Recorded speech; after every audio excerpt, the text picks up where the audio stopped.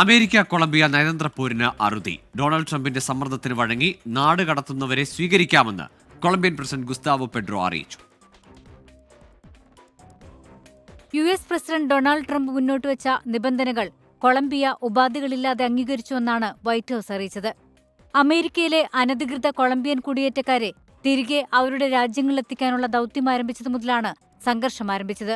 നാടുകടത്തുന്നവരുമായി രാജ്യത്തെത്തിയ 2 American സൈനിക വിമാനങ്ങൾക്ക് Colombia അനുമതി നിഷേധിച്ചു.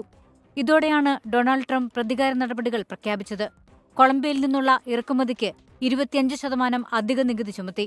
വിസ ഉപരോധം ഏർപ്പെടുത്തി. ഒരാഴ്ചയ്ക്കുള്ളിൽ 50%ആക്കി നികുതി ഉയർത്തുമെന്നും പ്രഖ്യാപിച്ചു.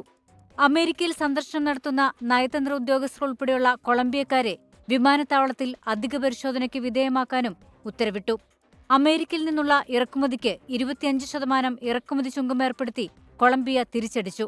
ട്രംപ് തന്നെ ഭയപ്പെടുന്നില്ലെന്നും കൊളംബിയ ആരുടെയും കോളനിയല്ലെന്നുമാണ് പ്രസിഡന്റ് ഗുസ്താവോ പെഡ്രോ പറഞ്ഞത്. പ്രശ്നം വഷളായതോടെ കൊളംബിയ തന്നെ സമവായത്തിനെത്തി. നാടുകടത്തുന്നവരെ സ്വീകരിക്കുമെന്ന് കൊളംബിയൻ വിദേശകാര്യമന്ത്രി ലൂയിസ് മുറിയോ പറഞ്ഞു. International desk 24.